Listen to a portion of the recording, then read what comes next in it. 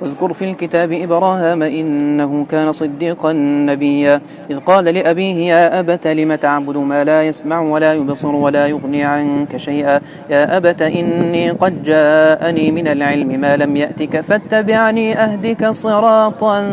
سويا يا أبت لا تعبد الشيطان إن الشيطان كان للرحمن عصيا يا أبت إني أخاف أن يمسك عذاب من الرحمن فتكون للشيطان وليا قال أراغب أنت عن آلهتي يا إبراهيم فإن لم تنته لأرجمنك واهجرني مليا قال سلام عليك سأستغفر لك ربي إنه كان بي حفيا وأعتزلكم وما تدعون من دون الله وأدعو ربي عسى ألا أكون بدعاء ربي شقيا فلما اعتزلهم وما يعبدون من دون الله وهبنا له إسحاق ويعقوب وكلا